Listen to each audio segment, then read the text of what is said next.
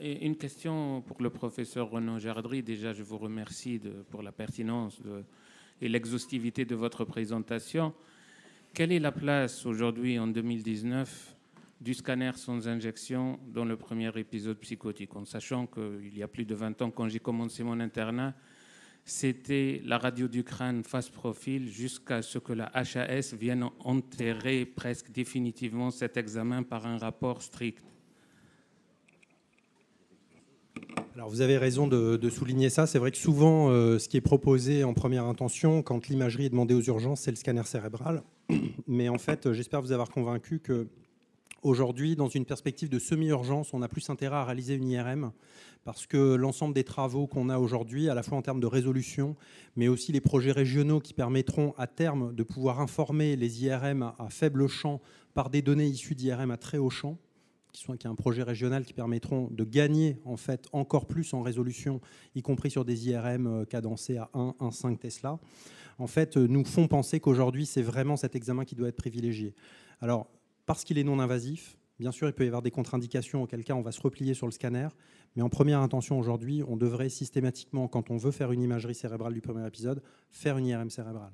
Et les séquences PSIMAC qui sont proposées permettent de faire un examen en 25 minutes à peu près.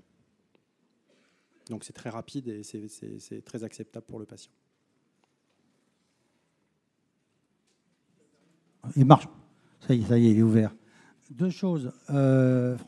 Olivier Leptin, représentant des usagers France Asso Santé, c'est pas nous qui choisissons si on fait un scanner ou une IRM en tant que patient. Je dis une vérité, mais vous le savez.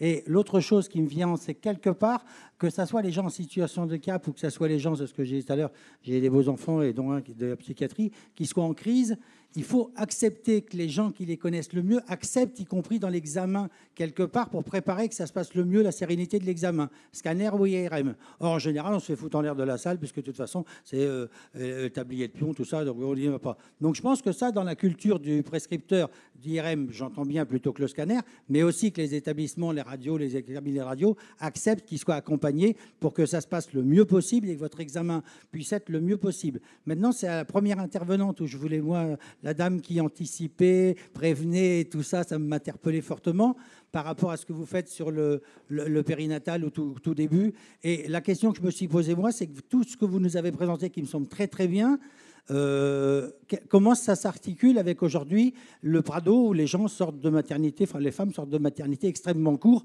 où je me dis comment cet attachement, cet attachement entre la mère et l'enfant que les professionnels de santé avaient certainement le temps de voir, aujourd'hui ils l'ont plus, et donc comment on peut pallier à ça? C'était ma question. Alors effectivement, c'est pour ça que je soulignais à la fin qu'un des enjeux, c'est de les mettre en œuvre, les outils qu'on a de repérage précoce. Le meilleur exemple que je pourrais vous donner, c'est la pratique qu'on a ici au CHR et à la maternité de Jeanne de Flandre. Par exemple, il va y avoir un interne en psychiatrie et un senior en psychiatrie périnatale qui travaille sur la maternité en lien avec les sages-femmes, et les sages-femmes qui vont repérer des femmes qui auraient une historique ou une symptomatologie ou un bébé par exemple repéré par les pédiatres. Dans ces cas-là, notre équipe va les rencontrer et on peut ne pas leur proposer par exemple de sortir en Prado parce que justement on va considérer que c'est plus long. Une autre façon de faire, ce serait de les laisser sortir en Prado parce que pour certaines femmes, elles préféreront rentrer à la maison, et de nous interpeller la PMI. Donc en fait, il y a des articulations qui existent déjà, mais effectivement, ça sous-tend la question que chacun soit sensibilisé au repérage avant de laisser ou non sortir une femme en Prado ou bien de nous interpeller. Mais les articulations existent déjà.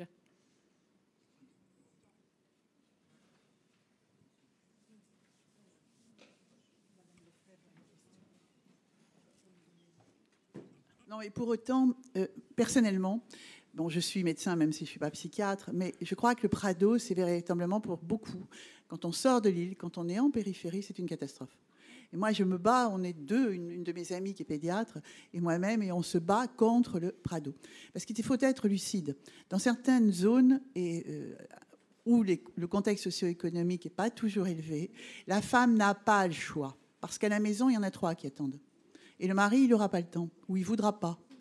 Et là, moi, je pense, personnellement, je l'ai vécu personnellement, parce que j'étais médecin, on avait voulu mettre dehors à 2 jours. Je me suis accrochée pour rester un minimum de temps. Et je pense quand même que, si vous voulez, la sage-femme, si performante soit-elle, ce n'est pas en allant une fois au domicile de la patiente par semaine, voire un peu plus, qu'elle va pouvoir. J'avais fait toute une étude à un moment, dans un contexte professionnel particulier, et la personne qui décelait le mieux finalement le trouble du lien mère-enfant, c'était la fille de salle, ce qu'on appelle les ASH aujourd'hui, excusez-moi. Parce qu'elle rentrait à n'importe quel moment dans la chambre. Elle voyait que l'enfant pleurait et que la mère ne bougeait pas. Elle voyait que la mère donnait le biberon en regardant la télé, sans regarder son enfant. Et ces signes-là, elle les voyait et effectivement, il pouvait avoir un dépistage. Moi, personnellement, puisque bon, j'ai la chance, pour d'autres mandats électifs, de participer à beaucoup de réunions, et avec ma collègue qui est également, si vous voulez, pédiatre, on se bat contre cette connerie de Prado, et j'assume le mot, dans la région des Hauts-de-France, parce que je pense. Alors, on nous donne l'exemple de l'Angleterre, mais en Angleterre, c'est quand même totalement différent. Certes, les femmes sortent, mais il y a un accompagnement à domicile qui est beaucoup plus pluridisciplinaire et beaucoup plus important. Et je pense que les économies que l'on va faire, parce qu'on va passer à 2 jours en mater au lieu de 5, les économies à court terme, ce que l'on paiera en préadolescence avec sera des coûts bien plus importants. Malheureusement, c'est vrai qu'en France, toute la prévention se limite à un retour sur investissement, à un mandat électoral. Mon grand âge me permet de dire ce que je pense.